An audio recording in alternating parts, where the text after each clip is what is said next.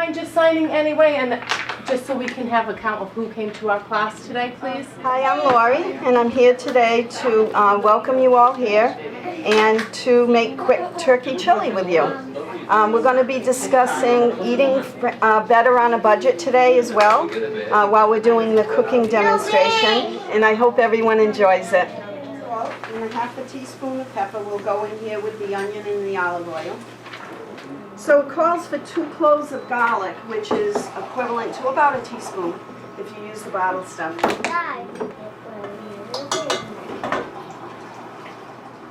Now that we're putting in the spices, it's probably a good idea to talk about, you want that? You can have that. It's probably a good idea to talk about where to buy spices. Anyone ever go to the dollar store for spices? They don't got that. Yeah, they don't have everything. A tablespoon of chili powder. Did you do the cumin? I can smell one. Yes.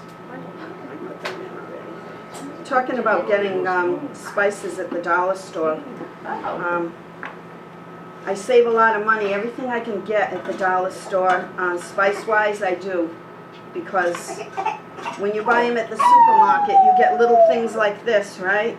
How much do they cost you? $2.97, $3.97. It's ridiculous. You go to the dollar store, check a few different ones out because they're all going to carry different spices. Get as many as you can at the dollar store. Probably after that, I would go to Ocean State Job Lot. They have nearly everything, and their prices are a little more than $1, but they're still very inexpensive. I got this at Walmart, and they had 85% fat-free, and then they had 97% fat-free. The difference in price wasn't that big, so I went for the best one, the 97% fat-free.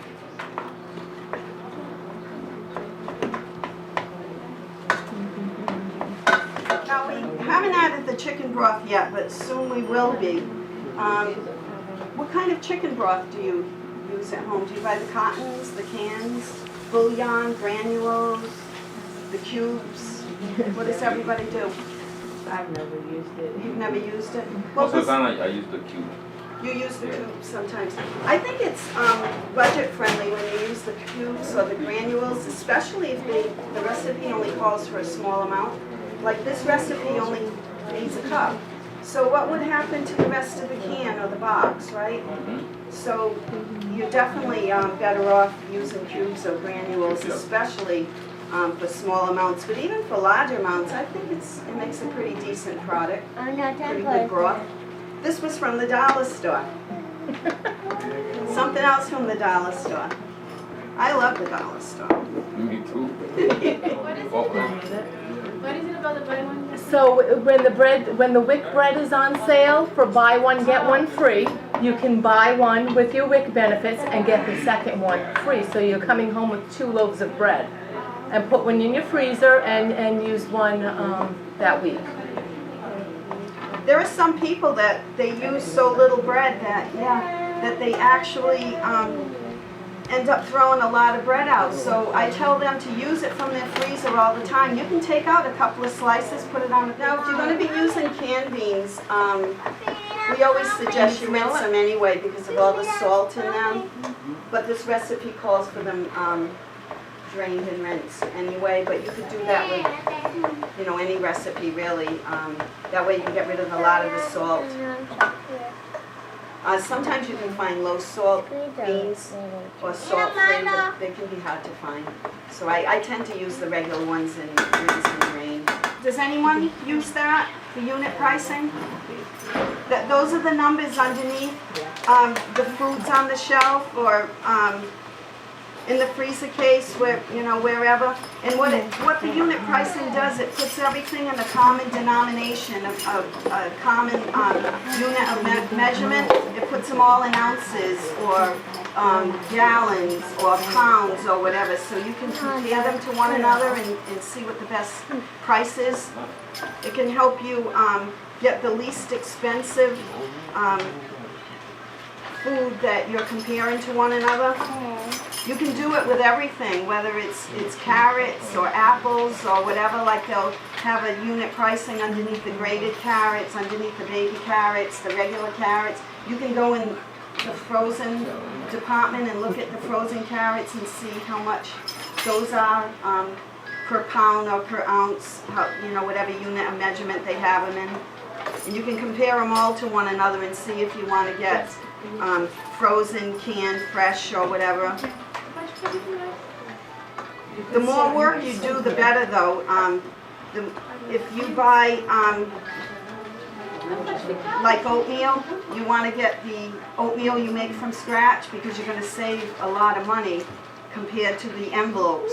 And then you're not going to get all that extra sugar in there either. But it'll help your family budget the more work you do when you buy food. Like lettuce, usually when you bring the lettuce home and chop it yourself, you save money. But if the bags of salad are buy one, get one free, maybe not. That sort of thing. I do have oatmeal recipes here if anybody would like them. You can make the old-fashioned made from scratch oatmeal. Actually, that's the quick oatmeal, but it's the plain one. And it does have a little bit of sugar and cinnamon and stuff added, but it's going to taste just as good as the envelopes and not have as much sugar and be budget friendly. You can add applesauce, nuts, and make it really tasty. You could chop up an apple. Absolutely. I love a mashed banana in my oatmeal, actually. And bananas are great for adding to cereal anyway. They tend to be low in price year round. Stop and Shop always has them for 39 cents a pound. And I think Walmart usually has them for 39 cents a pound too, year round. I know Stop and Shop does. Okay, so next we have to add the tomatoes with their juices. These are fire roasted diced tomatoes, and it calls for a 28-ounce can, but they didn't have it, so I got two 14-ounce cans. Yes, I'll be right back here.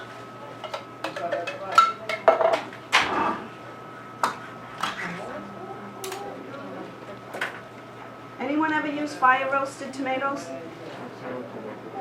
Yeah. Don't they have a little more flavor? Yeah. Any kind you like. What do you tend to use in your house? What kind of beans? All of them? All of them. All of them. Me too. Me too. I even throw the pork thing in there. Do you? give an extra flavor. Yeah. I use chickpeas a lot too. Do you? Mm-hmm. Yeah. Beans and chickpeas and eggs, they provide a lot of good quality protein, a lot of iron, and you can't beat the prices on these foods. And you can have a meatless meal once or twice a week even. This one happens to have ground turkey in it, but you could have made it without the ground turkey if you wanted.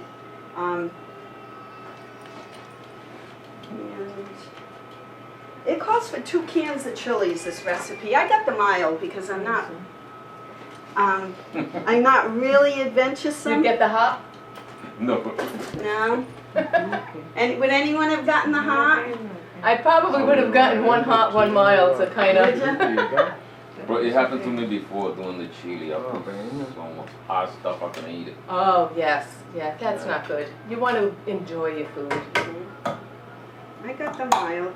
If anyone finds it too hot or too mild, I mean, you can just use a can if you want or whatever you think.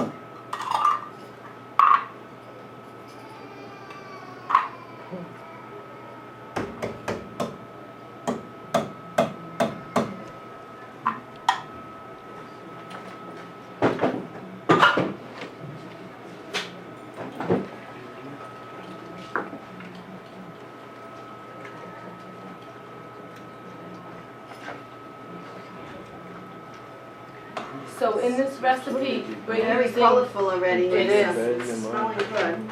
the brown rice is with your WIC and the beans, right, Lori?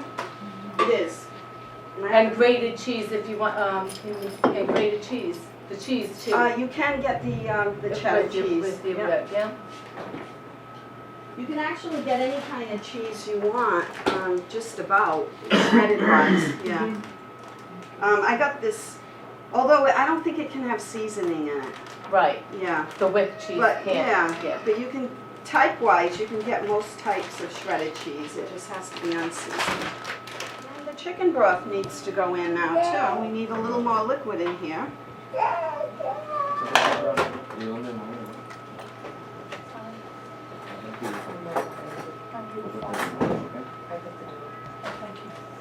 Looking good.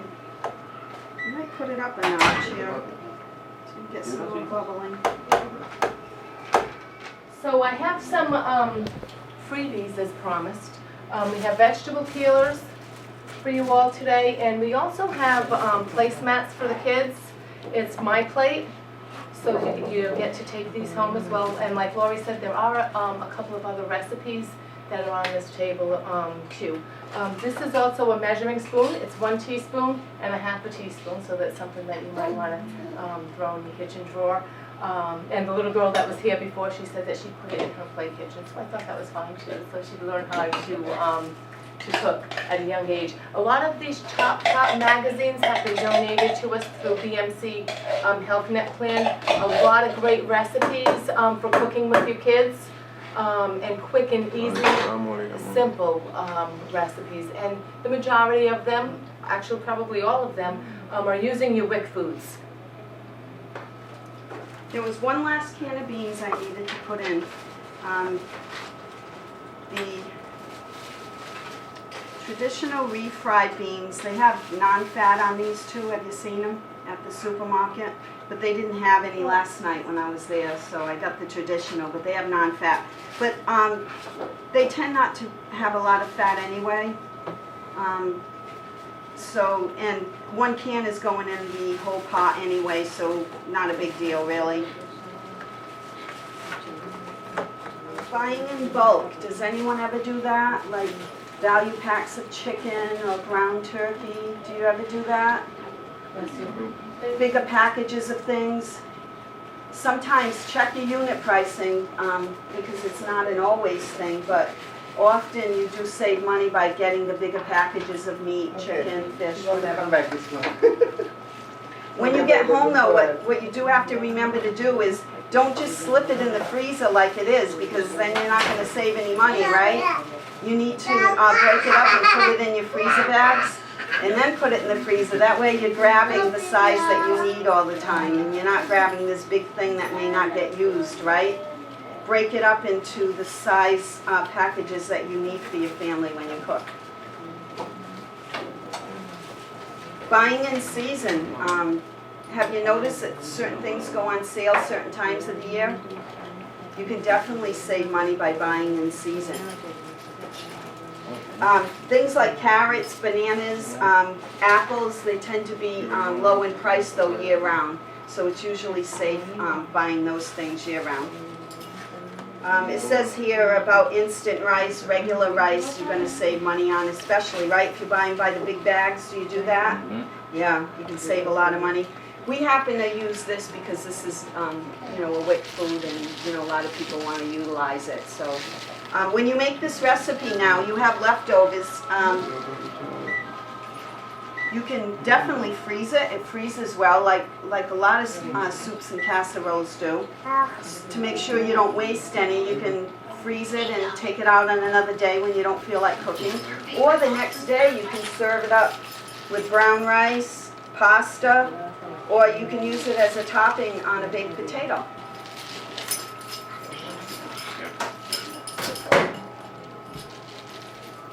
Does anybody else do that? You make something and then the next day you don't feel like eating it like it is, so you change it up a little bit?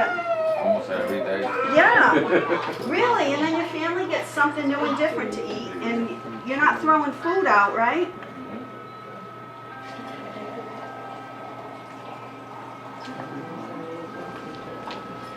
I made a chicken the other night, and then the family ate all the breast meat on it, right?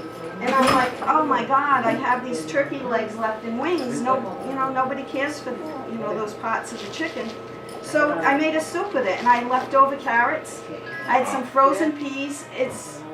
And you know, I usually have brown rice or I have cooked pasta, you know, leftovers in the freezer. You can throw either one into the soup, and you're good to go the next day. Or salad, you can do salad. Or salad. Oh yeah, absolutely. Salad, yeah. You have leftover vegetables, you can make a pasta salad, regular salad. I'm the one that cook in the house. So. Yeah, the other one It sounds that cooks in like the you, house. Ron. Yeah, it does sound like that, yeah. Good for you. My wife used to cook, but I started one day and that was my mistake. Now, I do That's all the it, time. that was your job. Nothing wrong with that. I don't mind. No. Yeah. Tip number 8, it says cook once, eat all week. Prepare a large batch of your favorite recipes on your day off. Double or triple a recipe, freeze in individual containers. I do that on weekends a lot. I make all these different things and then you don't have to cook for a couple of 3 days, you know? Or you can, you know, make double or triple like it says here and freeze it and then just bring them out next week or something. So when you have the time to cook, you know, yeah, do that. Cook extra. Number 9, get your creative juices going. Spice up your leftovers. Use them in new ways. Leftover chicken or meat, make a stir fry, or put them on a salad, or make chicken chili. Get creative. He does all the cooking. He does. I'm working on The last tip is eating out. Of course, you know, you don't want to eat out a whole lot because you don't want to use most of your food budget on restaurants. If you cook at home, you're going to get healthier food for your family that way, and it's going to cost you less. But, you know, go out to lunch instead of dinner. Look for 2-for-1 deals. Get water as a beverage. Don't get dessert. Check restaurant.com too. Do you ever check that website, restaurant.com? You pay like $3 to $6 for a $25 gift card. It's not actually a gift card. It's you print them up at home. So you would pay $3 to $6. I wait till they're on sale for $3 or $4, and I get a $25 gift card, which is really a gift paper, and you print it out on your computer, and they never go bad. Even a year from now, they're good. And at any time, you can change them over to a different restaurant if you want. So, you know, it's a good way to eat out, and that, you know, you're spending less because you're spending a few dollars, but you're getting, say, $25 off your meal. So something you might want to look into, restaurant.com. Also, your favorite restaurant websites. Go there, sign up, because I noticed a lot of them, they send me the day I sign up for their emails, they send me like an anniversary free meal, or buy one, get one free, or a free appetizer or something. Also, if you tell them your birthday and your anniversary, a lot of them send you like a buy one, get one free meal on your birthday or your anniversary. So you never know what you're going to get from them. Sign up at your favorite restaurant websites. I do IHOP Fridays, Not Just Your Average Joe's, among others, and they send me things on my anniversary, my birthday, and yeah, it's great. IHOP just sends things all the time, no occasion, yeah. They don't make a big to-do when you go there, like they don't all come out singing happy birthday to you, do they? Okay, this is the difference. All rice starts off as brown rice, right? But they polish off the bran and the germ, and then it's called white rice now.